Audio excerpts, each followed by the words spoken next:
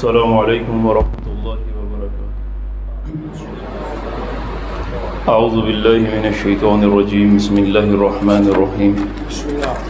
رب اشرح لی صدری ویسر لی امری واحلل عقدۃ من لسانی یفقهوا قولی۔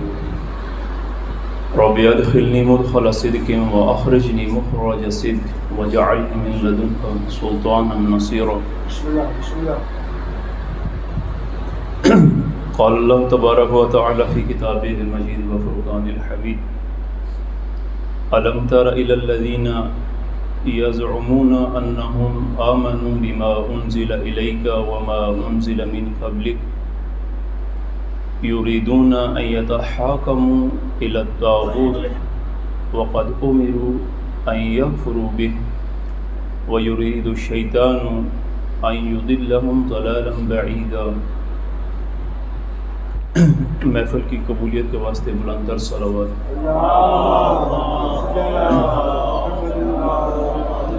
اللہ تبارک و تعالیٰ سے دعا ہے کہ تمام مومنین کو اپنے حفظ و امان میں محفوظ فرمائے، تمام مومنین کی حفظ و سلامتی کے واسطے بلند تر صلوات۔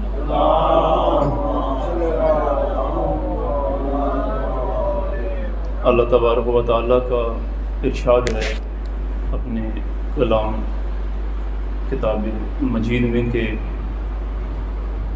کیا آپ نے اے رسول ان لوگوں کو دیکھا ہے کہ الم تر الی الذین یزعمون انہم آمنوا بما انزل الیک وما انزل من قبلک۔ آپ نے ایسے لوگ دیکھے ہیں جو زبان سے دعویٰ یہ کرتے ہیں کہ اے رسول جو کتاب آپ پر نازل ہوئی ہے اور جو آپ سے پہلے کتابیں نازل ہوئی ہیں ہم ان سب پر ایمان رکھتے ہیں۔ ایسے لوگ آپ نے دیکھے ہیں جو زبانی دعوے کرتے ہیں کہ آپ پر بھی ایمان رکھتے ہیں، آپ کے جو کتاب نازل ہوئی اس پہ بھی ہمارا ایمان ہے، جو آپ سے قبل کتابیں نازل ہوئی ان پر ایمان رکھتے ہیں، زبان سے یہ دعویٰ کرتے ہیں لیکن عملی طور پر کیا کرتے ہیں؟ یریدون ان یتحاکموا الی الطاغوت۔ عملی طور پر یہ بات نہیں کرتے، زبانی بات یہ کہتے ہیں اور چاہتے یہ ہیں جب کوئی ان کو مشکل پیش آ جاتی ہے، جب کوئی مقدمہ پیش آ جاتا ہے ایسا تو اس کے فیصلے کے لیے یریدون چاہتے یہ ہیں کہ اپنے معاملات میں، اپنے دنیا زندگی کے معمور میں، معاملات میں یتحاکموا الی الطاغوت، جب کوئی ایسا کام پیش آ جاتا ہے تو پھر اللہ کی کتاب کی طرف رجوع نہیں کرتے، اللہ کے آئین کی طرف رجوع نہیں کرتے، دین کی طرف رجوع نہیں کرتے، امام کی طرف رجوع نہیں کرتے، بلکہ پھر یہ چاہتے ہیں یریدون ان یتحاکموا الی الطاغوت، پھر اس موقع پہ اپنا حاکم طاغوت کو بنا لیتے ہیں۔ زبان سے دعویٰ کرتے ہیں کہ ہم مسلمان ہیں، ایمان والے ہیں، اس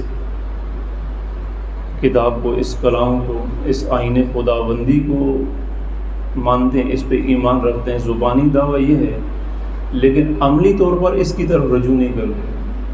اپنے دنیاوی روزمرہ کے معاملات ہوں یا کوئی بھی معاملہ پیش آئے اس وقت حاکم طاغوت کو بنا لیتے ہیں۔ یہ قرآن کہہ رہا ہے، خدا نے ان کو طاغوت سے دور رہنے کا کہا ہے، ایسی بے شمار آیات ہیں۔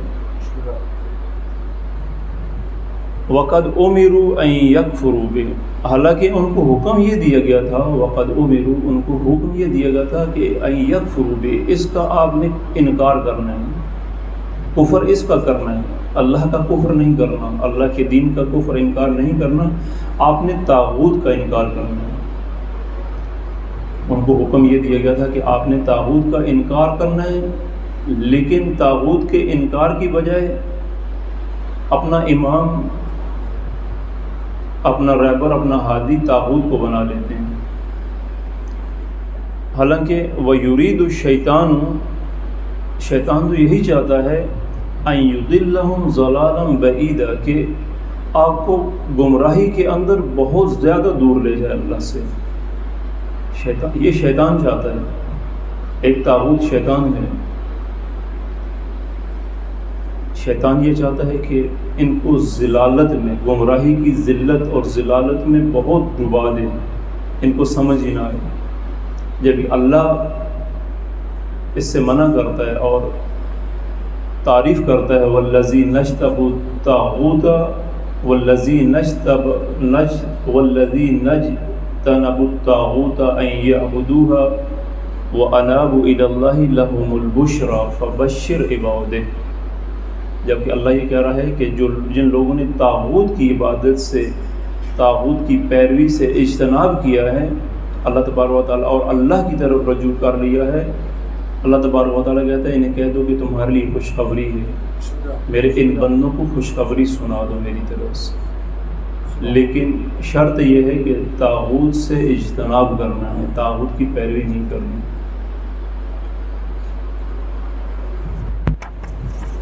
آج کا کلام انشاءاللہ جو ابتدا ہے کلام امام سے شروع کریں گے۔ قال امام حسین ابن علی علیہ السلام صلوات مل کے پڑھیں۔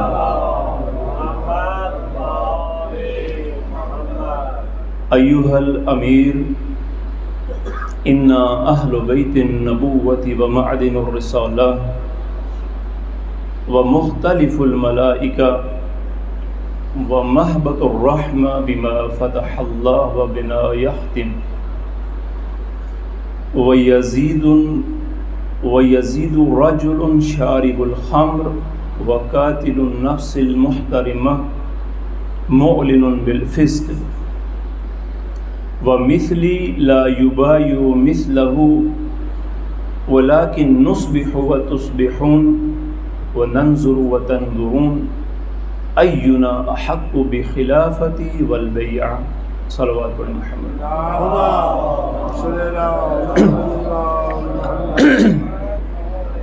اللہ تبارک و تعالیٰ کا لطف ہے کہ اس نے نبوت کے بعد ہمیں امامت سے منسلک کیا اور انسانوں کی ہدایت کے لیے کوئی زمانہ ہادی کے بغیر خالی نہیں چھوڑا، اور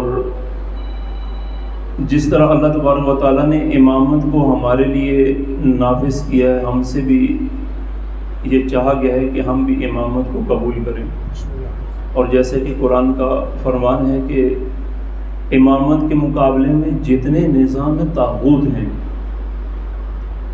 طاغوت طاغی، جیسا کہ آپ نے کل سنا تھا امام کے کلام سے بھی، انہوں نے امیر شام کو طاغی کہا تھا، اور انشاءاللہ آج کے کلام میں بھی یہ لفظ آئے گا۔ امامت سے منسلک رہنا عزیزان، جیسا کہ عرض کیا ہے، مختصر سے پھر اشارہ کرتا چلوں کہ ہدف مقصد امام حسین سمجھ کے راہ امام حسین پہ عمل کرنا ضروری ہے، کہ جو عمل امام حسین نے تکرار کیا کربلا میں، یا جس بھی معصوم نے اپنی زندگی میں جو عمل تکرار کیا ہے، شیعہ ہونے کا مزہ ہی تب ہے کہ جب اپنے امام کی پیروی کرے،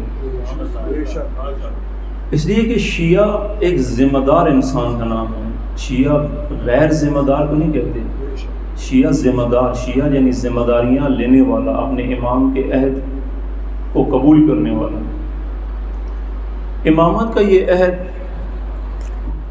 صلوات پڑھیں محمد والا، وقت مختصر ہے، میں آپ کو تعارف کراتا ہوں حکیم امت جناب علامہ اقبال کے کلام مبارک سے، کہ علامہ اقبال نے امامت کو کیسے سمجھا ہے،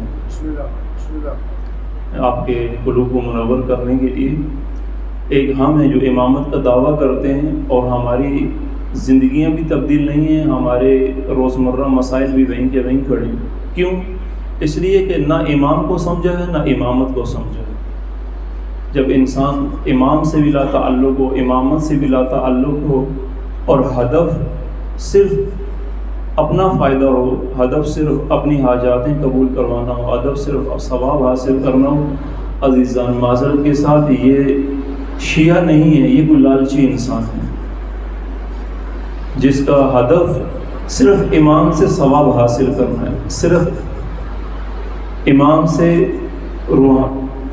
عبادت کرتا ہے، امام سے ثواب حاصل کرنا ہے، امام سے حاجتیں قبول کروانی ہیں۔ یہ ایک اور لفظ ہے وہ ذہن میں بھی نہیں آ رہا، تبرک، متبرک ہونا، یعنی امام کے ساتھ اس لیے کہ تھوڑا سا متبرک ہو جائے، لیکن جو ہدف امام ہے اس کے مقابلے میں اس کے اہداف کچھ اور ہیں۔ یہ پھر شیعہ نہیں ہے، یہ وہی ہے جو امام صادق علیہ السلام کی محفل میں 14,000 شاگرد تھے اور حامی، عرض کیا نا، حامی جوشیلہ ہوتا ہے، یہ جوشیلے آ کے امام کو ابھارتے تھے، امام صادق کو، اور ترغیب دلاتے تھے کہ یہ اتنے آپ کے شاگرد ہیں، بصرہ میں اتنے شیعہ ہیں، کوفہ میں اتنے شیعہ ہیں، مدینہ میں اتنے شیعہ ہیں، آپ حکومت وقت کے خلاف خروج کرتے ہیں، خروج کریں، قیام کریں، ہم آپ کے ساتھ ہیں شیعہ۔ امام اس کو یہ تکرار کرتے لوگ، اور امام کہتے ہیں مجھے پتہ ہے میرے کتنے شیعہ ہیں، میں جانتا ہوں۔ جب یہ تکرار حد سے زیادہ بڑھ گئی، یعنی لوگ جب، تو ایک شخص نے جب یہ بات کی تو امام نے کہا یہ بھی درس کلاس ختم ہونے دو، پھر میں تمہیں دکھاتا ہوں میرے کتنے شیعہ ہیں۔ وہ راوی کہتا ہے کہ امام صادق علیہ السلام نے میرا ہاتھ پکڑا اور مجھے مدینے سے باہر تھوڑا سا لے گئے، وہاں ایک بکریوں کا ریوڑ تھا، چھوٹی بکریوں کے بچے، تو امام نے اس ریوڑ کی طرف اشارہ کر کے کہا کہ اگر جتنی یہ ریوڑ کی تعداد ہے اتنے بھی میرے شیعہ ہوتے تو میں قیام کرتا، جتنے یہ بکریوں کے بچے ہیں۔ کہتا ہے میں نے جب بکریوں کے بچے کو گنے تو 17 یا 18 بچے تھے۔ بات سمجھ آ رہی ہے؟ یعنی امام کہتے ہیں کہ تو یہ کہتا ہے کہ لاکھوں ہزاروں شیعہ ہیں میرے، جبکہ میرے 17 اور 18 شیعہ بھی نہیں ہیں، تو ان 17 اور 18 شیعوں کے ساتھ قیام نہیں ہو سکتا ہوں۔ جبکہ در سے خارج پڑھنے والے، دین پڑھنے والے سائنسدان بے شمار تھے، 14,000 18,000 کے قریب شاگرد تاریخ نے لکھے ہیں امام کے، لیکن سارے فائدہ لینے آئے تھے، تبرک لینے آتے تھے، کیونکہ کوئی سائنسدان بن گیا، کوئی فقیہ بن گیا، کوئی مفتی بن گیا، اور تعریف کی تو ایسے تعریف کی کہ اہل سنت والجماعت کے امام نعمان بن ثابت نے کہا کہ ان سے پوچھا گیا کہ آپ کی اب یہ جو حیات مبارک ہے، عمر شریف، زندگی آپ کی کتنی ہے؟ تو اس نے کہا 2 سال، جبکہ اس ٹائم پہ ضعیف تھا، 80-90 سال کا تھا۔ پوچھنے والے نے تعجب کیا 2 سال تو آپ کی زندگی نہیں ہے، آپ تو، کہا نہیں، اصل ہے وہ میری زندگی 2 سال کا، وہ کیسے؟ کہا لولا سنتان لہلک نعمان، میری زندگی کے وہ 2 سال جو میں نے امام جعفر صادق کے پاس پڑھا ہے، اصل میری زندگی وہ ہے۔ اگر میری زندگی میں وہ 2 سال نہ ہوتے تو میری باقی ساری زندگی ہلاکت کی زندگی، اصل زندگی وہ ہے۔ لولا سنتان، وہ جو 2 سال اگر نہ ہوتے جو میں نے امام صادق کے پاس پڑھا ہے، لہلک نعمان ہلاک تھا۔ فضائل مانتے ہیں لیکن احکام نہیں مانتے۔ اسی شاگرد نے پھر امام کے ساتھ قیاس کیا، وہ جس کا بہلول نے پھر جواب بھی دیا۔ عزیزان، امامت ذمہ داری مانگتی ہے۔ اگر ہم امامت والے ہیں، ایک نقطہ میرے ذہن میں آیا ہے کہ ہم جو عزیزان یہاں موجود ہیں، مشکلات ہر فرقے میں ہیں، ہر مسلک میں ہیں، ہر جگہ مشکلات ہیں، یہ تو مانتے ہیں، لیکن مشکلات پہ رونا رائے حل نہیں ہے، مشکلات کو حل کرنا رائے حل ہے۔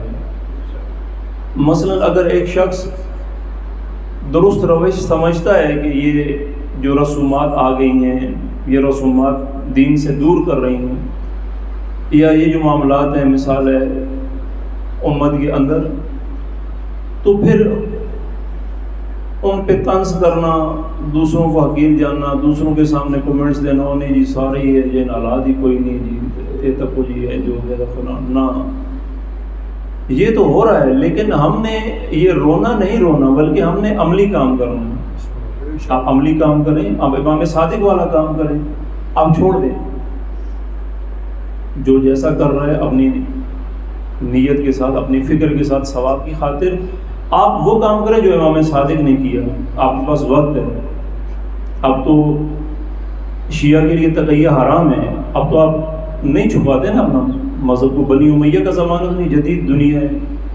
دنیا میں کھول کے اپنے وجود کا اظہار کریں. یہ تمام شیعہ کتنی اکثریت ہے. کسی کی جرت نہ ہو کہ 8 محرم کے جلوس کو کوئی میلی آنکھ سے دیکھے. تمام عزادارین امام حسین سیزا بلائی دیوار بن جائیں، کھڑے ہو جائیں. ہمیں کسی پولیس کی ضرورت نہیں ہے، کسی فوج کی ضرورت نہیں ہے، کیونکہ یہ خود امام زمانہ کی فوج بیٹھی ہوئی ہے. امام زمانہ کے سپاہی ہیں. دوسروں سے کیوں پروٹیکشن مانگتے ہیں؟ دوسروں کے پاس جا کے کیوں روٹ پرمٹ مانگتے ہیں؟ حسین کی عزاداری کے لیے کوئی پرمٹ کی ضرورت نہیں ہے. کیوں؟ امام صادق نے فرمایا ہے کل یوم عاشورا و کل ارض کربلا.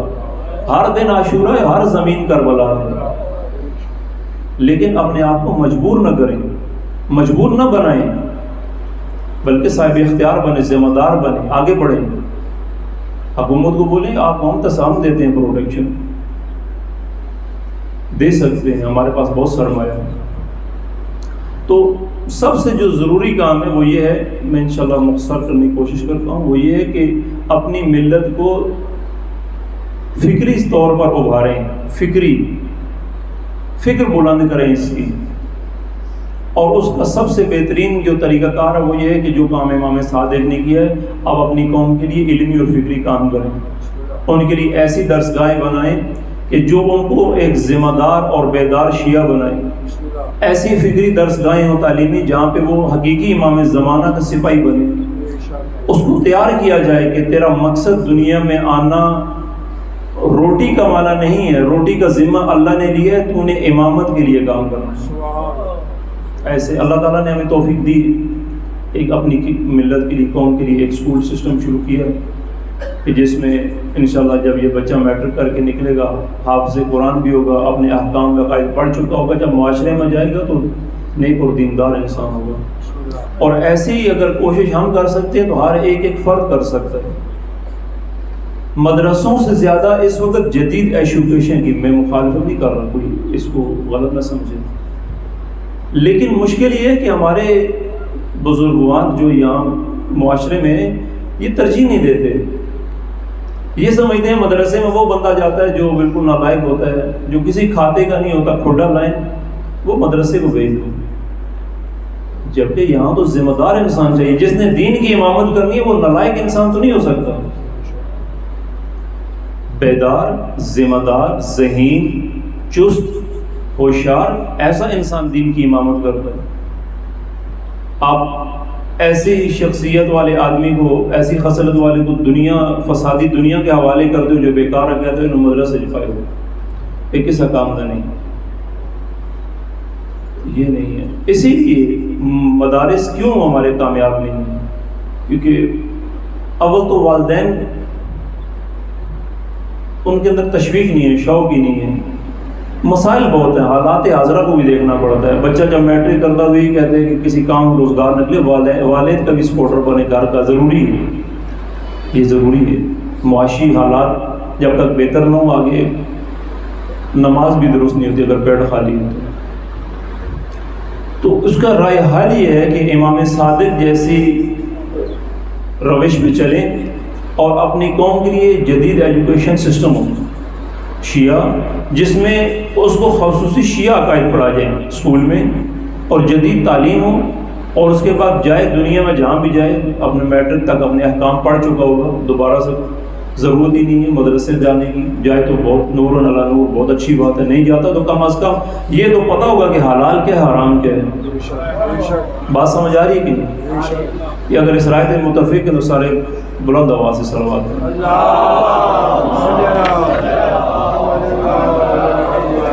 اس لیے کہ جس نے امت کی امامت کرنی ہے وہ ایسا انسان ہو جو امامت کے قابل ہو. علامہ اقبال سے کسی نے پوچھا بھی امامت کیا ہے؟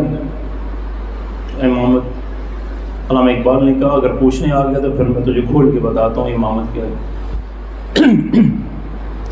فرماتے ہیں کہ تو نے پوچھی ہے امامت کی حقیقت مجھ سے، اے شخص تو نے پوچھی ہے امامت کی حقیقت مجھ سے، حق تجھے میری طرح صاحب اسرار کرے. ایک ایک نقطہ سننے والا. اے شخص تو نے مجھ سے قوموں کے رہبر کی امام کی حقیقت پوچھی ہے کہ امام کیسا ہونا چاہیے, اس میں کیا خصوصیات ہونی چاہیے. تو امامت کی حقیقت پوچھ رہا ہے, اور میں یہ دعا کرتا ہوں کہ اللہ تبارک حق یعنی اللہ تبارک و تعالیٰ تجھے ایسے ہی صاحب اسرار کرے, تیرے اندر رازوں کے بید کھولنے کی طاقت تجھے بھی صاحب اسرار ایسے ہی کرے جیسے میں اسرار سمجھ گیا ہوں. تو نے پوچھی ہے امامت کی حقیقت مجھ سے, حق تجھے میری طرح صاحب اسرار کرے, ہے وہی تیرے زمانے کا امام برحق جو تجھے حاضر و موجود سے بیزار کرے. سمجھے نہیں بات؟ تیرے زمانے کا امام برحق کون ہے؟ زمانے کا امام برحق وہ نہیں ہے جو کہے کہ سب ٹھیک ہے, کھائیا منڈیا, کوئی حلال حرام ٹینشن نہیں کوئی. زمانے کا امام برحق وہ ہے جو تجھے حاضر اور موجود تیری حاضر حالت پہ تجھے بتائے کہ تیری حالت ٹھیک نہیں, اپنی حالت ٹھیک کر, جو تجھے حاضر و موجود سے بیزار کرے. یہ نہیں کہ ٹھیک ہے سب ٹھیک ہے. اور موت کے آئینے میں تجھ کو دکھا کر رخ دوست. جملہ سننے والے, امام کون ہے؟ امام فرار نہیں ہے, قرار ہے. موت کے آئینے میں تجھ کو دکھا کر رخ دوست, زندگی اور بھی تیرے لیے دشوار کرے. جب امام کے پاس آنا ہے تو پھر موت کے آئینے میں دیکھنا ہے, یا فرار نہیں ہے. موت کے آئینے میں تجھ کو دکھا کے رخ دوست, یعنی تجھے حقیقت کا پردہ تیری آنکھوں سے نکال دے, تجھے بتائے حقیقت کیا ہے.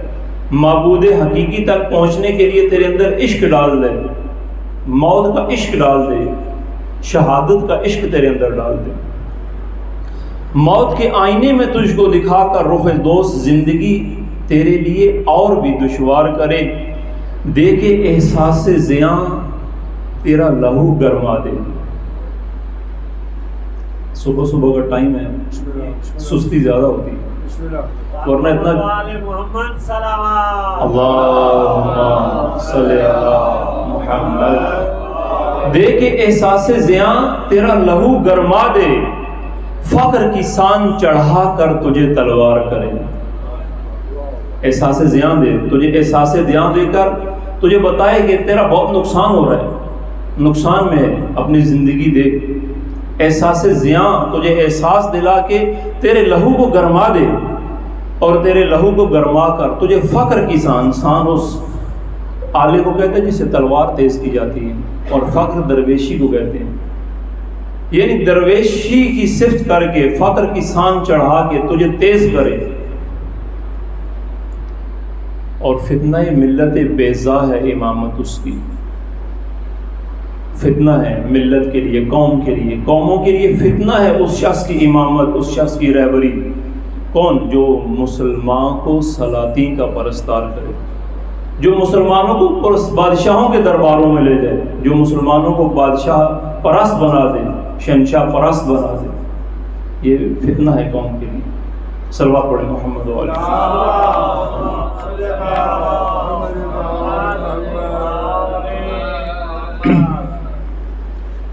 موضوع جیسا کہ آپ کے سامنے کلام تلاوت کیا امام علیہ السلام کا,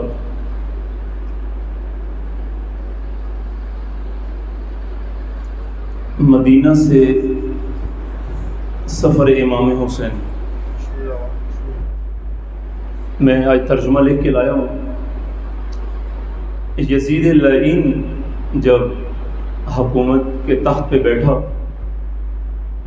تخت پہ بیٹھنے کے بعد اس نے پہلا کام یہ کیا کہ جو مختلف والیان تھے, صوبوں کے گورنر, ان کو خط لکھے. مختلف لوگ مختلف صوبوں کے گورنر تھے. بصرہ کا زیاد تھا, کوفہ کا بشیر نعمان تھا, اور مدینے کا والی ولید ابن عتبہ تھا, اور یہ اس کا قزم تھا, چچا زاد بھائی تھا یزید کا. اور مکہ کا سعید بن عمرو ابن عاص, اس نے خط لکھے, اور جو خصوصی خط لکھا وہ والی مدینہ کو لکھا. اور یزید کی توجہ صرف اس وقت ان لوگوں پر تھی کہ جس کے بارے میں اس کی زندگی میں اس کے بعد میں اسے بتایا تھا کہ ان لوگوں کی طرف سے خدشہ ہے کہ یہ تیری بیعت نہیں کرے. اور جو پیچھے صاحب کا خطبے پڑھے ہیں اس میں ایک چیز رہ گئی تھی، وہ یہ تھی کہ اس نے جو وصیت کی تھی یزید کو، اس میں اس نے اس کو امام حسین و آل رسول سے حرص کرنے سے، تکرار کرنے سے، جدل کرنے سے منع کیا تھا کہ ان کے حق کا خیال رکھنا اور ان سے جنگ و جدل نہ کرنا، بلکہ درمیانی طریقے سے اختیار کرنا. خوارزمی نے اسے تحریر کیا ہے. یہ جو خط اس نے لکھا، 2 خط لکھے، ایک خط تھا مکمل اور اس کا چھوٹا سا روکا تھا. جو خط تھا اس میں اس نے خبر دی ولید کو کہ اما بعد فإن معاویہ کان عبدا من عباد اللہ، اس کی تعریف و توصیف کی.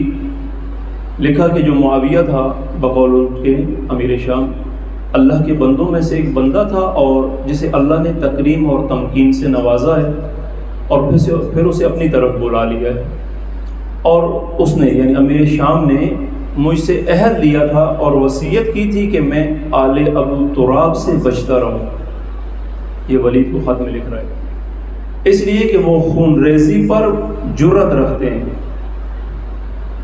اور اے ولید، تم تو جانتے ہو کہ اللہ تبارک و تعالیٰ نے عثمان مظلوم کے انتقام کو آل ابو سفیان کے ذریعے پورا کرنے کو طے کیا ہے. یہ آپ کو معلوم ہے کہ جو شورش انہوں نے چلائی تھی، جو بغاوت کی تھی امام علی کے خلاف کہ قتل خلیفہ عثمان کو امام علی کے کھاتے میں ڈال رہے تھے، اور یہ کہہ رہے ہیں کہ یہ جو انتقام ہے قتل عثمان کا، یہ اللہ نے ہمارے سپورٹ کیا. اللہ نے طے یہ کیا ہے کہ یہ آل سفیان اس کا انتقام لے آل ابو تراب سے. اندازہ کریں، اس لیے کہ یہ جو لوگ ہیں آل سفیان، یہ حق کے مددگار ہیں اور عدل کے طلبگار ہیں. یہ لکھ رہا اس کو. اور جب میرا یہ خط تمہیں ملے تو اہل مدینہ سے بیعت لو. اور اس خط کے ساتھ جو دوسرا خط تھا اس میں اس نے لکھا کہ خذ الحسین و عبید اللہ ابن عمر و عبداللہ ابن زبیر اخذا شدیدا لیست فیہ رخصتا حتی یبایعوا. اور ساتھ یہ لکھا کہ حسین ابن علی، عبداللہ ابن عمر اور عبداللہ ابن زبیر، ان سے بیعت لو اور اس طرح سے بیعت لو کہ بیعت کے بغیر ان کے پاس کوئی چارہ نہ بچے. اور دوسرا متن یہ ہے کہ فخذ الحسین و عبداللہ ابن عمر و عبداللہ ابن زبیر بالبیعت اخذا شدیدا ومن ابا فاضرب عنقہ وابعث الی براسہ. امام حسین سے، عبداللہ ابن عمر سے، عبداللہ ابن زبیر سے شدت کے ساتھ بیعت طلب کرو، اور اگر ان میں سے کوئی انکار کرے، ومن ابا یعنی کوئی ابا انکار کرے، فاضرب عنقہ اس کی گردن مار دے اور اس کا سر وابعث الی براسہ اور اس کا سر میری طرف بھیج دے. امیر شام کے وابستگان، اس کے نمائندوں میں سے ایک بندہ تھا جس کا نام تھا ابن ابی رزیق. ابن ابی رزیق نامی شخص یہ دونوں خط لے کر دمشق سے چلا اور تیز رفتاری کے ساتھ چلتا ہوا مدینہ پہنچا اور خط ولید کے حوالے کیے. خط پڑھ کر ولید نے رنج اور غم کا اظہار کیا اور پھر خود ہی اپنے آپ سے کلامی طور پر کہتا ہے جب خط پڑھ لیا تو کہتا ہے کہ اے کاش میں پیدا نہ ہوا ہوتا کہ یزید نے ایک بہت بڑا کام میرے سپرد کر دیا جسے میں ہرگز انجام نہیں دوں گا. ولید راضی نہیں ہے یہ کام کرنے کے لیے. اعظم کوفی، یہ جو میں روایتیں پیش کروں گا یہ اہل سنت کے معتبر روایات ہیں، ادھر سے روایتیں لے کے آیا ہوں. اعظم کوفی اپنی کتاب الفتوح میں یہ تحریر کرتے ہیں بہترین کہ ولید نے خط پڑھ کر آیت سرجا پڑھی اور خود کلامی میں کہا کہ اے ولید تجھ پر وائے ہو کہ کس نے تجھے اس عمارت کے چکر میں ڈال دیا ہے؟ کہتا ہے، خود سے کہتا ہے کہ میرا حسین ابن فاطمہ سے کیا جھگڑا ہے، میرا تو کوئی ذاتی جھگڑا نہیں ہے، کس عمارت کے چکر میں پڑ گیا؟ اور پھر جو اس کو یہ ذمہ داری سونپی گئی تھی بیعت کی، اس کے لیے پریشان ہو گیا کیا کروں، اور مشورے کے لیے اس نے مروان کو بلایا۔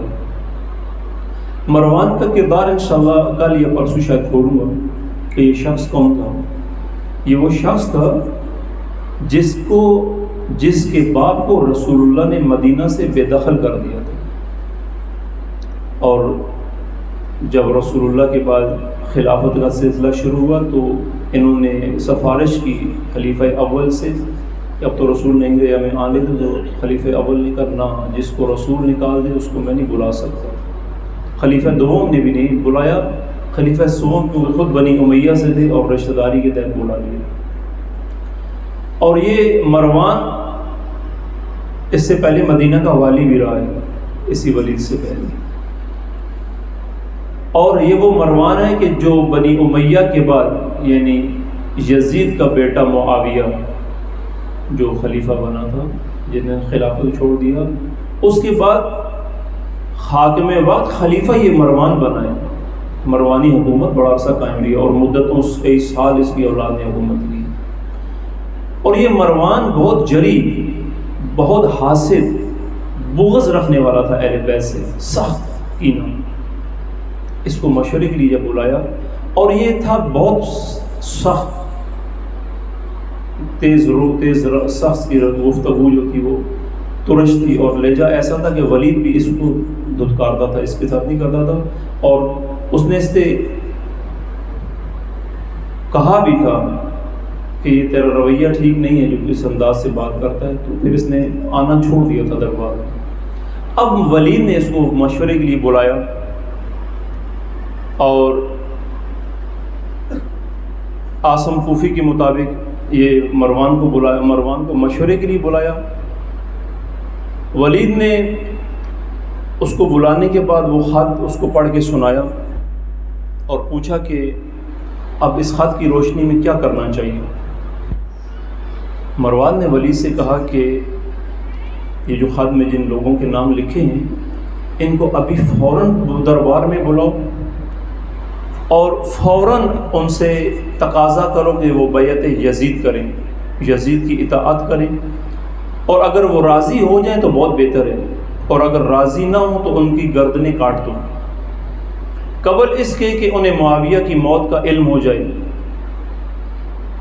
اس لیے کہ اگر انہیں اس بات کا علم ہو گیا کہ امیر شام کی موت ہو گئی ہے تو ان میں سے ہر شخص اپنی خلافت کے لیے خود سے کھڑا ہو جائے گا، اور تم ان سے وہ کچھ دیکھو گے جو تم نے ابھی تک دیکھا نہیں ہے۔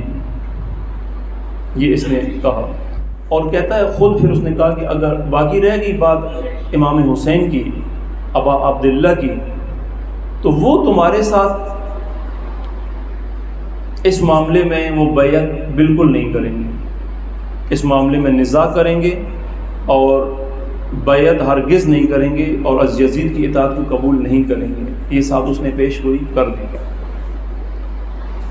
اور خود ہی کہتا ہے ولید کو کہ خدا کی قسم اگر میں تیری جگہ ہوتا اے ولید تو میں حسین ابن علی سے ایک لفظ بھی نہ کہتا، ایک لفظ بھی نہ کہتا، سیدھا ان کی گردن کاٹ دیتا، اور اس کے بعد جو ہوتا وہ میں دیکھ لیتا کیا ہونا، ایک لفظ بھی نہ کہتا۔ یہ اس کا جو بوجھ تھا۔ ولید نے جب یہ سنا تو کہا کہ تو یہ بات کر رہا ہے کاش کہ ولید پیدا ہی نہ ہوا ہوتا، کاش ولید ناقابل ذکر شے ہوتا۔ اس پر مروان نے تمسخر کر کے اس سے کہا کہ جو میں نے کہا اس پر پریشان ہونے کی ضرورت نہیں ہے، اس لیے کہ آل ابو تراب تو قدیم زمانے سے ہمارے دشمن ہیں اور اب بھی ہیں، اور یہی وہ لوگ ہیں جنہوں نے خلیفہ عثمان ابن عفان کو قتل کیا اور پھر امیر معاویہ سے جنگ لڑنے کے لیے اٹھ کھڑے ہوئے۔ یہ اس کو بتا رہا ہے کہ ادھر خلیفہ کو قتل کیا اور جب امیر شام نے تقاضا کیا تو اس کے خلاف اٹھ کھڑے ہوئے جنگ لڑنے کے لیے۔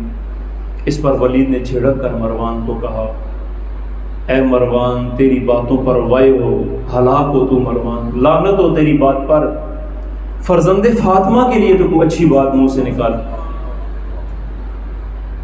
کیوں؟ اس لیے کہ وہ اولاد انبیاء کا بقیہ ہیں، کچھ خوف خدا پر۔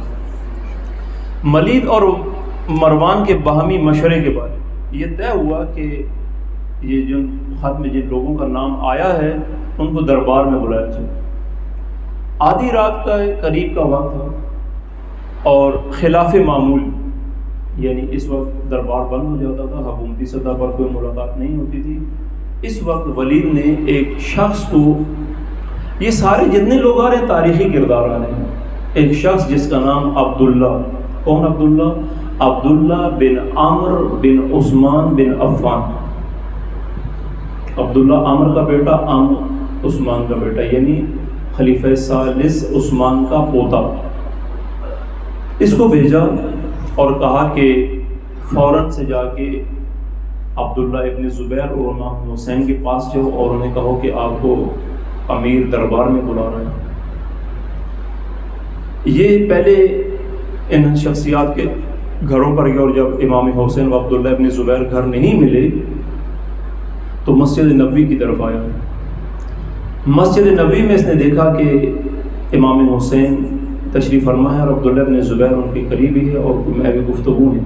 اس نے جا کے سلام کہا اور کہا کہ آپ کو امیر بلا رہا ہے دربار میں، لہٰذا آپ جلدی سے آ جائیں۔ امام حسین نے اس کی بات سنی، اس کا کہ ٹھیک ہے ہم آتے ہیں، آپ جائیں۔ جب وہ چلا گیا تو دو روایتیں ہیں۔ عبداللہ ابن زبیر نے امام سے پوچھا کہ اس وقت رات کے اس وقت بلانے کا کیا مقصد ہو سکتا ہے؟ خلاف معمول یہ وقت ملاقات کا نہیں ہے، ہمیں کیوں بلایا جا رہا ہے؟ تو امام حسین نے دو روایتیں یہاں جو ہیں وہ بیان ہیں، اس میں سے میں آپ کے پاس پڑھ کے سناتا ہوں۔ امام حسین نے جواب دیا کہ میرا یہ خیال ہے کہ ان کا طاغی مر گیا ہے، ان کا طاغی جو ان کا بادشاہ مر گیا ہے، اور قبل اس کے، اب اس جملے کو ذہن میں رکھیں، قبل اس کے کہ یہ خبر لوگوں میں پھیل جائے کہ امیر شام ہلاک ہو گیا ہے، وہ ہم سے بیعت لینا چاہتا ہے۔ مروان نے یہی بات دربار میں ابھی تھوڑی دیر پہلے ولید سے کی، سمجھ رہے ہیں؟ یہ کہتے ہیں، اس کو کہتے ہیں امام حاضر و موجود، سب کو جاننے والا ہوتا ہے، امام کو پتہ ہے کیا ہونے والا اور کیا ہو رہا ہے۔ امام نے وہی بات کی، حالانکہ کوئی قاصد تو نہیں آیا جس نے آ کے امام کو بتایا کہ میرے شام ہلاک ہو گیا۔ امام نے کہا کہ یہ اس وجہ سے ہمیں بلایا جا رہا ہے۔ ابن زبیر نے کہا میرا بھی یہی خیال ہے جو آپ فرما رہے ہیں، تو اب کیا کریں گے؟ امام حسین نے کہا کہ میں اپنے جوانوں کو جمع کروں گا اور پھر اس کی طرف جاؤں گا، اپنے جوانوں کو ساتھ لے کر ان کو باہر دروازے پہ بٹھاؤں گا۔ تو عبداللہ ابن زبیر نے کہا کہ مجھے خوف ہے کہ اگر آپ جائیں گے تو کہیں آپ کی جان نہ چلی جائے۔ تو امام حسین نے عبداللہ ابن زبیر سے کہا کہ میں اپنے دفاع پہ قدرت رکھتا ہوں، مجھے پتہ ہے کہ اپنی حفاظت کیسے کرنی ہے۔ ابن عاصم کوفی یہ لکھتا ہے اپنی کتاب میں کہ ابن زبیر کے سوال پہ جب اس نے پوچھا کہ اس وقت ہمیں دربار میں کیوں طلب کیا، دوسری روایت ہے، تو امام حسین نے فرمایا کہ میرا خیال ہے کہ امیر شام مر گیا۔ کس طرح؟ امام کہتے ہیں اس لیے کہ کل رات میں نے ایک خواب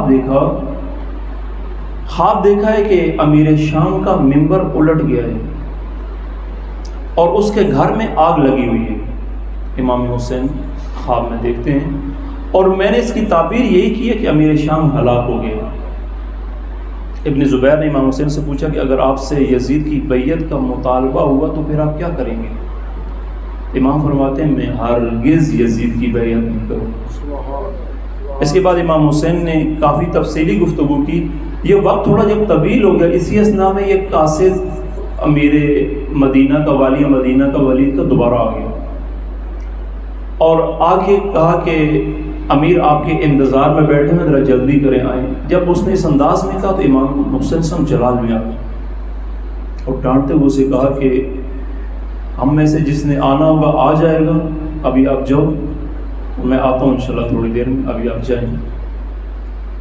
یہ کہہ کہ امام حسین علیہ السلام جو ہے وہ وہاں سے روانہ ہوئے اور پہلے اپنے گھر کی طرف آئے۔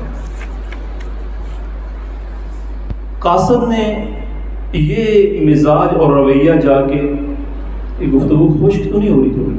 بسم اللہ محمد صلوات نعرہ تکبیر نعرہ رسالت نعرہ حیدری. آپ سے گزارش یہ ہے کہ اگر 5 بجے فکس جگہ مجھے دے کرے تو میں 6 بجے اپنے امکان کو ختم کروں. ایک تو آپ لوگوں کا مزاج دیکھنا پڑتا ہے، یہ مقدمی باتیں ابھی کرنے کی ضرورت ہے، وقت ضائع ہو رہا ہے. 1 گھنٹہ کچھ بھی نہیں، اس میں کیا مولوی کا انجن گرم ہونے کے لیے آدھا گھنٹہ چاہیے، یہ لوگ کہتے ہیں. تو اب پڑھوں کیا اس میں، مقدماتی گفتگو کے بعد کچھ کرنا ہوتا ہے، اور زیادہ لمبا ٹائم اس لیے نہیں لیتا کہ آپ کی مزاج کا خیال ہے جو آپ صبح فجر کی نماز سے پہلے کے جاگے میں یہ جبر ہے، اس طرح زیادہ زحمت نہیں دینی چاہیے. یہ قاصد نے واپس آ کے مروان بیٹھا ہوا تھا، اور یہ جواب جو امام حسین علیہ السلام نے اس کو دیا، اس نے آ کے جب پہنچایا تو مروان نے فوراً کہا اے ولید خدا کی قسم حسین نے تمہیں دھوکہ دے دیا، اب وہ کبھی تمہارے ہاتھ نہیں آئیں گے. ولید نے جواب دیا خاموش ہو جائے مروان، حسین جیسے لوگ کبھی دھوکہ نہیں دیتے اور نہ ان کے قول اور فعل میں کبھی اختلاف ہوتا ہے. عزیزان، کردار ایسا ہونا چاہیے، امام کا کردار ایسا، رسول اللہ کا کردار ایسا کہ کفار و مشرکین کہتے ہیں کہ ہم آپ کو نبی نہیں مانتے لیکن عادل اور امین مانتے ہیں. ولید جیسا شخص جو مخالف ہے، جو امامت کا قائل نہیں ہے، یزید کا والی ہے، یزید گورنر ہے، لیکن امام کی عظمت کا قائل ہے، اس کو معلوم ہے کہ حسین جیسے شخص دھوکہ نہیں دیتے، ان کے قول اور فعل میں اختلاف نہیں ہوتا.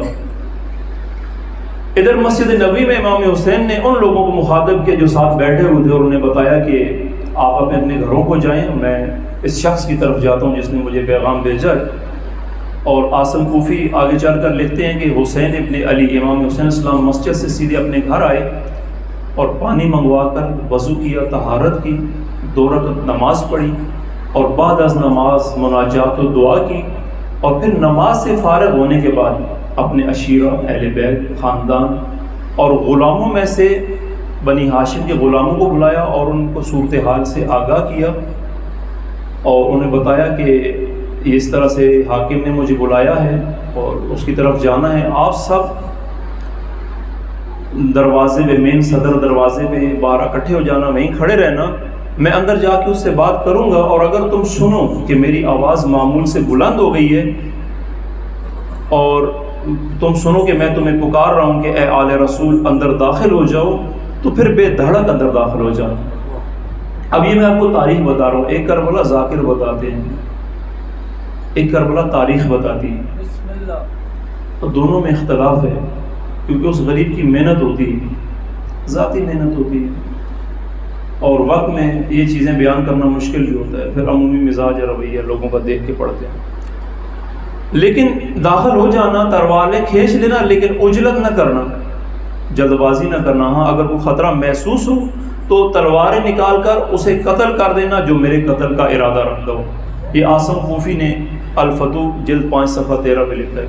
یہ اس لیے حوالے دے رہا ہوں کہ کوئی یہ نہ کہے کہ مولوی صاحب کدھر سے پڑھ رہے ہیں، ہم ان کی تاریخ بتا رہے ہیں، معتبر تاریخ بتا رہے ہیں. اور ارشاد مفید نے بھی، جناب مفید نے بھی اپنی کتاب ارشاد مفید میں اسی طرح سے لکھا ہے. پھر امام حسین علیہ السلام یہ بات کرنے کے بعد رسول اللہ کا عصا اپنے دست مبارک میں لے کر اپنے گھر سے نکلے اور اپنے اہل بیت کو، شیعوں کو، غلاموں میں سے 30 افراد دے کر اپنے ساتھ چلے، اور ان کو حاکم مدینہ کے دروازے پر روک کر فرمایا کہ جو میں نے کہا ہے اس کا خیال رکھنا، یعنی جو میں نے آپ کو بات سمجھائی ہے خیال رکھنا اور تجاوز نہ کرنا، حد سے آگے نہ بڑھ جانا جتنا میں نے کہا. اور مجھے امید ہے کہ میں انشاءاللہ اس کے پاس سے صحیح اور سالم واپس آ جاؤں گا. پھر امام حسین جب ولی کے دربار میں داخل ہوئے تو اسے سلام کہا، اور مروان اس کے پاس بیٹھا ہوا تھا.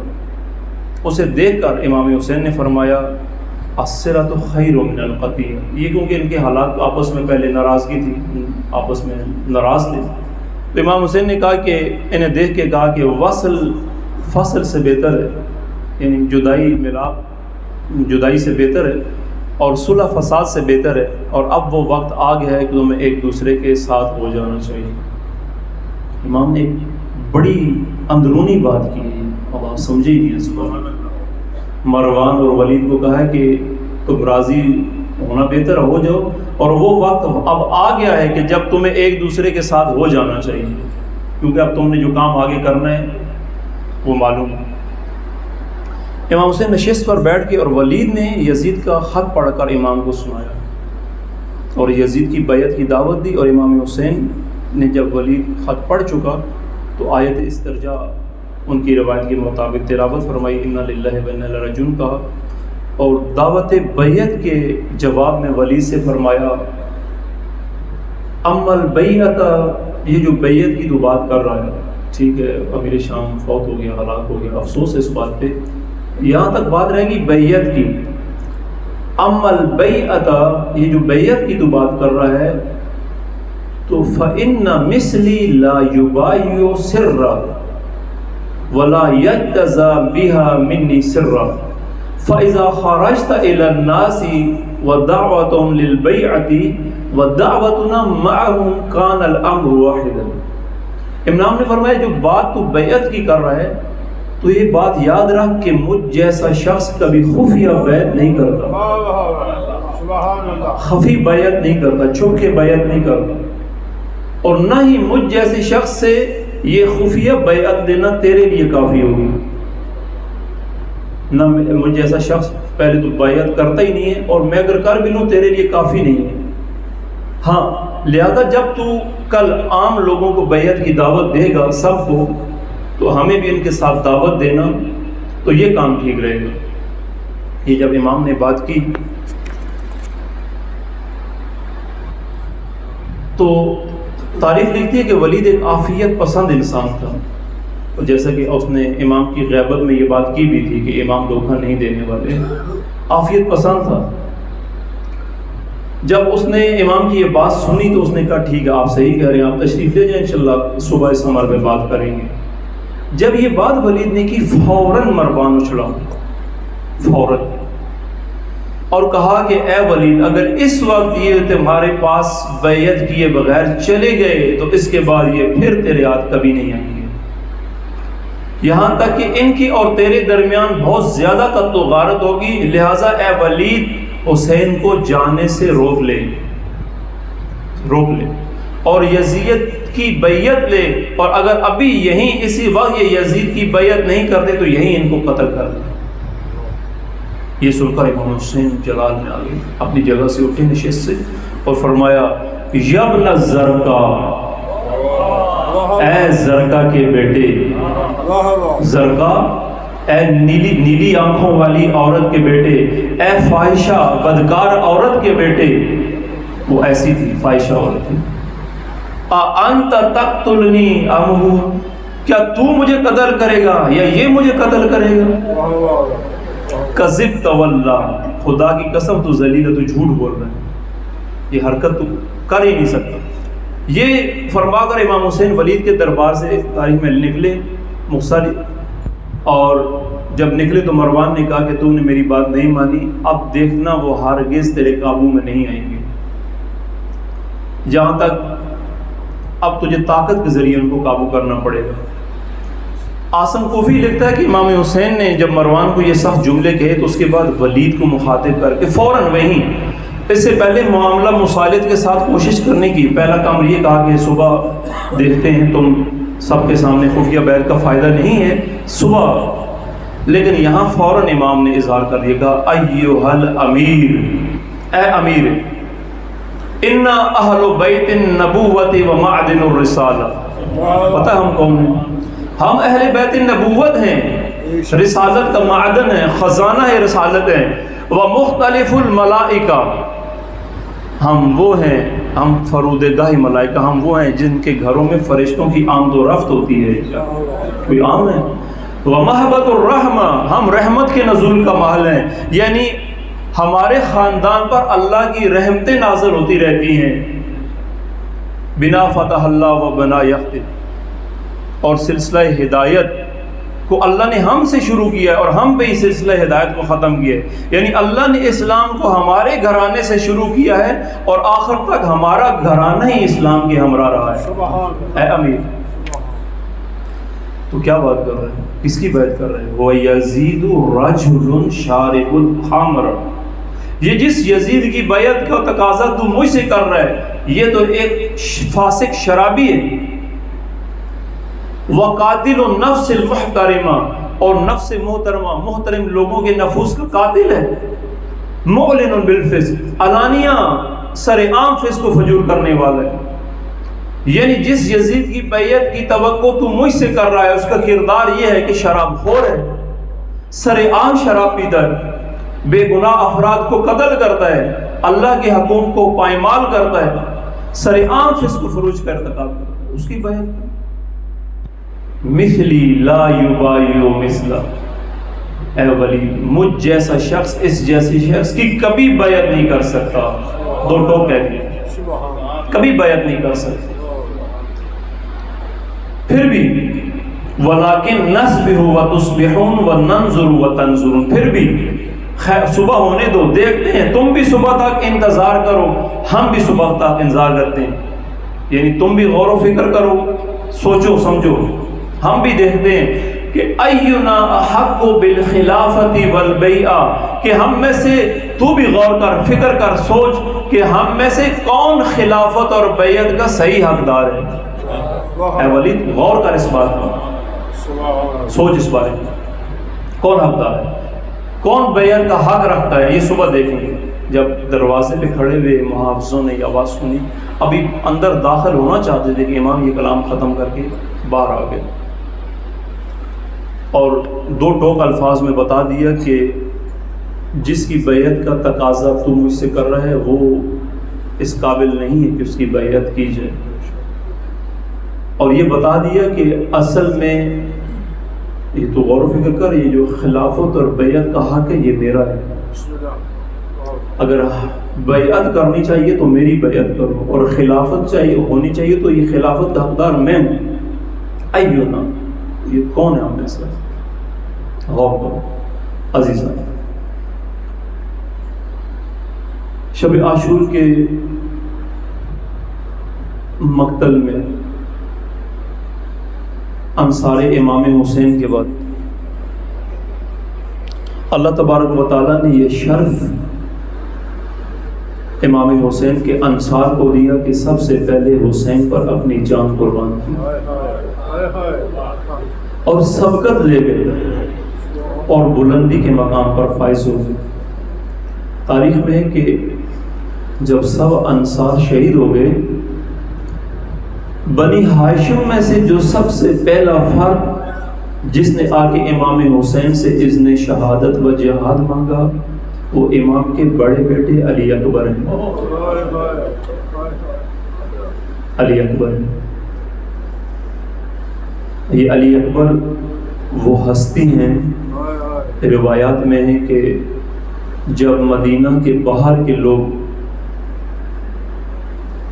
جنہوں نے رسول اللہ صلی اللہ علیہ وآلہ وسلم کی زیارت نہیں کی تھی زندگی میں، ان کو بتایا جاتا تھا کہ مدینے میں ایک نواسہ رسول ہے جس کے بیٹا ہو بہو شبیہ رسول ہے. اگر تم نے رسول کی زیارت نہیں کی، زندگی میں رسول کو نہیں دیکھا، رسول اللہ محمد رسول اللہ کی ہستی کی زیارت نہیں کی، آپ کو معلوم نہیں ہے کہ وہ شبی کیسی تھی، شکل و صورت کیسی تھی، چال ڈھال کیسی تھی، لب و لہجہ کیسا تھا، تو جاؤ دیکھو ایک حسین کا بیٹا علی اکبر ہے جو شبیہ رسول ہے. اور آ کر لوگ دق الباب کرتے، دروازہ بجاتے، اور جب امام پوچھتے کہ کس غرض سے آیا تو کہتے تھے کہ ہم شبیہ رسول کی زیارت کرنے والے، ہم نے زندگی میں رسول اللہ کو دیکھا نہیں ہے لیکن سنا ہے کہ آپ کا بیٹا ہو بہو سیرت رسول ہے، شکل پیغمبر ہے، ہم شکل پیغمبر اس کی زیارت کرنے کو آئے. ایسی ہستی کہ جو ہو بہو شبیہ رسول تھا، پتہ نہیں مسلمانوں کا دل کیسے آمادہ ہو گیا، پتہ نہیں مسلمانوں کی آنکھوں پہ کون سا پردہ آ گیا۔ ایک منظر پہ جب امام حسین علیہ السلام حالت خواب میں دیکھتے ہیں تو فوراً آیت استرجاع پڑھتے اِنَّ لِلَّهِ وَإِنَّ إِلَيْهِ رَاجِعُونَ۔ جناب علی اکبر پوچھتے ہیں بابا کیا ہو گیا؟ امام کہتے ہیں کہ میں نے خواب میں دیکھا ہے ہاتف غیبی کے ایسی آواز آ رہی ہے کہ یہ قافلہ اپنی قبروں کی طرف جا رہا ہے اور موت بڑی تیزی سے ان کی طرف آ رہی ہے۔ جناب علی اکبر کہتے ہیں تو بابا کیا ہم حق پر نہیں ہیں؟ کہتے ہیں کیوں نہیں بیٹا، ہم حق پہ ہیں۔ کہتے ہیں تو بابا کیا پرواہ ہے، موت ہم پر آ کر گر جائے یا ہم موت پر جا گرے، کوئی پرواہ نہیں ہے بابا۔ جناب امام حسین نے اپنے بیٹے کو بوسہ دیا، آفرین کہا میرے بیٹے، آفرین تیرے جذبے پہ۔ صبح عاشور لوگوں کو آمادہ کرنے کے لیے اپنے بیٹے علی اکبر سے کہتے ہیں بیٹا آج آخری اذان سنا، لوگوں کو رسول کی آواز سنا دے، لوگوں کو یاد دلا دے۔ صبح عاشور جناب علی اکبر اذان میں فجر کے پہلے صبح کی اذان کہتے ہیں، لیکن دشمن کا دل نرم نہیں ہوا۔ آتے ہیں جب سب انصار شہید ہو جاتے ہیں، آ کے امام سے اذن جہاد طلب کرتے ہیں۔ تاریخ میں کہ امام نے سب کو جانے سے روکتے تھے، منع کرتے تھے کہ آپ نہ چاہیں، آپ روک جائیں، لیکن تاریخ میں ہے کہ فوراً اپنے بیٹے سے کہا کہ میری طرف سے اجازت ہے، لیکن جس نے 18 سال پالا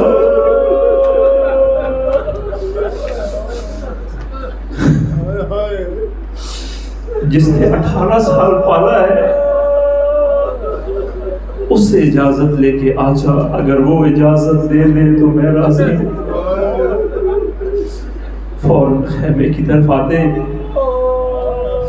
آ کے اپنی ماں ام لیلہ سے اجازت طلب کرتے ہیں۔ ماں کہتی ہے بیٹا میں کون ہوتی ہوں جس نے 18 سال لاڈوں سے، لازوں سے، محبتوں سے پالا ہے، اگر وہ اجازت دے دے میں راضی ہوں۔ آتے ہیں جناب سیدہ کے قدموں پہ گرتے ہیں، کہتے ہیں اماں جان مجھے اجازت دے، میں اپنے بابا کا دفاع کروں، اپنے دین کا دفاع کروں۔ جناب سیدہ بہت مشکل سے اجازت دیتی ہے۔ تاریخ میں ہے کہ جب جناب علی اکبر اذن اجازت لے کے خیمے سے نکلے، کئی دفعہ خیمے کا پردہ اڑتا تھا، کئی دفعہ خیمے کا پردہ گرتا تھا، کئی دفعہ جب رخصت لے کے نکلتے پردہ اٹھاتے، کبھی بہنیں لپٹ جاتی، کبھی پھوپھی لپٹ جاتی، کبھی ماں لپٹ جاتی۔ جب خیمے سے نکلے تو ایسا لگتا تھا کہ اہل بیت کے گھر سے جنازہ نکل رہا ہے۔ آئے اپنے والد سے، امام حسین سے کہتے ہیں مولا میں اجازت لے کے آ گیا ہوں، اب مجھے اجازت دے۔ امام حسین نے امامہ رسول اپنے بیٹے کے سر پہ رکھا، زرہ پہنا کے تیار کیا، کہا پروردگارا گواہ رہنا اب اس کو تیری بارگاہ میں بھیج رہا ہوں جو شکل و صورت میں، کردار میں ہو بہو تیرے رسول کی طرح ہے۔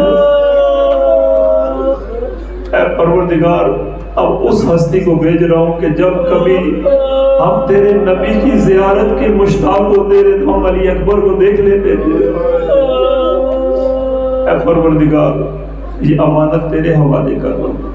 اور سعد ابن سعد کو کہتے ہیں اے ابن سعد اللہ تیری نسل کو ختم کرے، تو رسول کی نسل کو ختم کرنا چاہ رہا۔ بیٹے کو تیار کیا اور میدان کی طرف بھیج دیا۔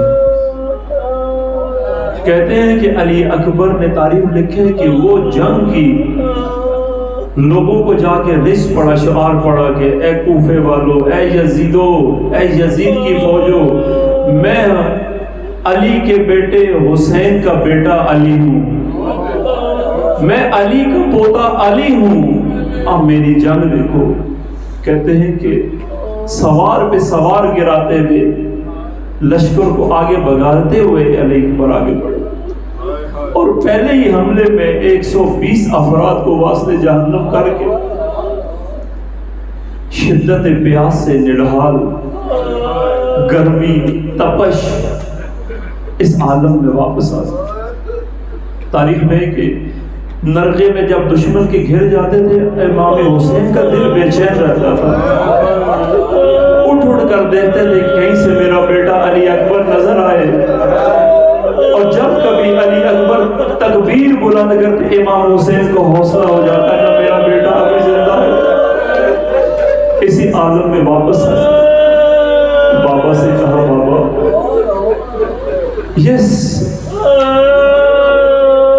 لباس جنگ بہت گرم ہے، لوہے کا شدید تپ گیا ہے، اور زبان بہت خشک ہو گئی ہے میرے بابا، اگر ایک گھونٹ پانی مل جائے ان کو علی کی جنگ یاد دلا دو۔ امام کہتے ہیں بیٹا تھوڑی دیر اور جنگ کرو، ابھی ساقی کوثر حوض کوثر پہ تیرے منتظر ہے، تیرے دادا علی تیرے منتظر ہے، تیری دادی زہرا تیری منتظر ہے، رسول اللہ تیرے انتظار میں اپنے ہاتھ سے میرے بیٹے تجھے کوثر کا جام پلائیں گے۔ اگر بہت زیادہ پیاس محسوس کرتا ہے اپنی زبان نکال کے کہا میری زبان چوس کر، جو زبان امام کی علی اکبر نے منہ والی فوراً کھینچ کے کہا تھا بابا آپ کی زبان تو مجھ سے زیادہ خوش ہے۔ کہا بیٹا یہ میری انگوٹھی اپنے منہ میں رکھ لے، شاید کچھ حوصلہ پیدا ہو جائے، اور اب کی بار جب آئے تو بھرپور انداز سے پھر حملہ کیا۔ ایک لعین اب جب دیکھا کہ قابو نہیں آ رہے، عمر بن سعد کہتا ہے اے فوجیو یہ علی کا بیٹا، یہ علی کی اولاد، یہ علی کا پوتا، یہ حسین کا بیٹا، یہ ایک ایک کر کے تمہارے ہاتھ نہیں آئے گا، یکمشت حملہ کرو، ہر طرف سے گھیر کے مارو۔ ایک لعین کہتا ہے کہ میں سارے جہان کا گناہ آج اپنے ذمہ لے لوں گا، لیکن اس کے باپ کو بہت بڑا صدمہ دے گا۔ تاک میں بیٹھ گیا، جو ہی جناب علی اکبر پلٹے، اس نے ایک زور سے ایسا تیر مارا جناب علی اکبر کی گردن سے پار ہو گیا۔ تیر کا لگنا تھا، گھوڑے کے اوپر گر گئے، جھک۔ عرب کے گھوڑوں کی یہ تربیت ہوتی ہے، جنگی گھوڑوں کی، کہ جب وہ دیکھتے ہیں کہ سوار میرے اوپر جھک گیا ہے تو وہ سمجھتے ہیں کہ اب شدید حملہ کرنا ہے۔ گھوڑے نے یہ سمجھا کہ علی اکبر یہ کہہ رہے ہیں کہ اب شدید حملہ کرنا ہے۔ اب گھوڑا جناب علی اکبر کو لے کے دشمنوں کی طرف ٹوٹ پڑا، لیکن کیونکہ نڈھال تھے، جدھر سے جاتے تھے ہر ظالم ظلم کرتا، ہر ظالم حملہ کرتا۔ اب جناب علی اکبر زین پہ نہیں ہے، زمین پہ آ گئے، اور بابا کو کہتے ہیں یا بابا میرا آخری سلام ہو آپ پہ، میرے بابا رسول اللہ مجھے فرما رہے ہیں کہ جلد آگے حوض کوثر پہ مجھ سے بھی۔ امام حسین فوراً اپنے بیٹے کے پاس پہنچے، ابھی آخری سانسیں چل رہی تھی۔ کہا بیٹا بابا میں نے عالم خواب میں ابھی اچانک دیکھا کہ رسول اللہ مجھے فرما رہے ہیں بیٹا تو جلدی سے آ کے ہمارے پاس جام کوثر پی، اور میرے بیٹے حسین سے کہہ کہ اس کی ماں زہرا کہہ رہی ہے اب تو اسے جدائی برداشت نہیں ہوتی ہے، حسین اب جلدی ہمارے پاس آ جائے۔ تاریخ میں ہے کہ 6 شہید ایسے گزرے ہیں جن کی لاش ٹکڑے ٹکڑے ہو گئی، جناب علی اکبر کی لاش ٹکڑے ٹکڑے کر دی پائمال کی۔ اب حسین کے اندر سکت نہیں ہے کہ جوان 18 سال کے بیٹے کی لاش کو اٹھائے بنی ہاشم کے جوانوں کو کہتا ہے آؤ میری مدد کرو. جب یہ جنازہ لے کے خیمے پہنچتے ہیں، خیمے میں کوہرام بجتا ہے. تاریخ میں پہلی بار جناب زینب خیمے سے باہر نکل آتی ہے، اس عالم میں نکلتی ہے کہ سر پہ چادر نہیں ہے. کہتے ہیں اے میرے بیٹے، اے وہ جس کو 18 سال محبتوں سے پاتا. امام حسین کہتے ہیں اے عمر صاحب تیری نسل ہلاک ہو جائے، تو نے میری نسل کو ختم کیا. اللہ رحمت اللہ القاسمین وسیعلم الذین یغلبون. اللہ تبارک و تعالیٰ سے دعا ہے پروردگار ہماری اس قلیل سی عبادت کو اپنی بارگاہ میں قبول فرما. تمام حاضرین محفل کی ہر حاجت کو قبول فرما، ہر حاجت پوری فرما. حاضرین محفل میں جو پریشان حال ہیں، جن نے میرے حضر میں دعائیں لگائی ہیں، پروردگار ان کی بیماریاں پریشانیاں دور فرما. تمام مومنین کے رزق میں مال میں خیر و برکت عطا فرما. جو لوگ مجلس کا اہتمام کرتے ہیں، خصوص اللہ قبلہ صاحب منتظمین باریاں، ان کی توفیق خیر میں اضافہ فرما. جنہوں نے اس ادارے کی بنیاد رکھی، جگہ کی، ان مسائلوں کی مغفرت فرما. پروردگارہ امام زمانہ کی راہ میں چلنے والا شیعہ قرار فرما. پروردگارہ محمد و آل محمد کا واسطہ ہے. ایک کربلا ہم نے پڑھی ہے، کربلا فلسطین میں، فلسطین کی مظلوموں کی مدد فرما. قبلہ اول کو آزادی نصیب فرما. بیت المقدس کی حفاظت فرما. پروردگارہ آل یہود آل سعود کو نیست و نابود فرما. پروردگارہ نظام ولایت فقیہ کی حفاظت فرما. دشمنان نظام ولایت فقیہ کو نیست و نابود فرما. حماس، حزب اللہ، انصار اللہ، حوثی سب کی مدد فرما. غیب سے نظر فرما. اپنے ہادی بارہ کے ظہور میں تاجیل فرما. ربنا تقبل منا انک انت السمیع العلیم برحمتک یا ارحم الراحمین. ماتم حسین.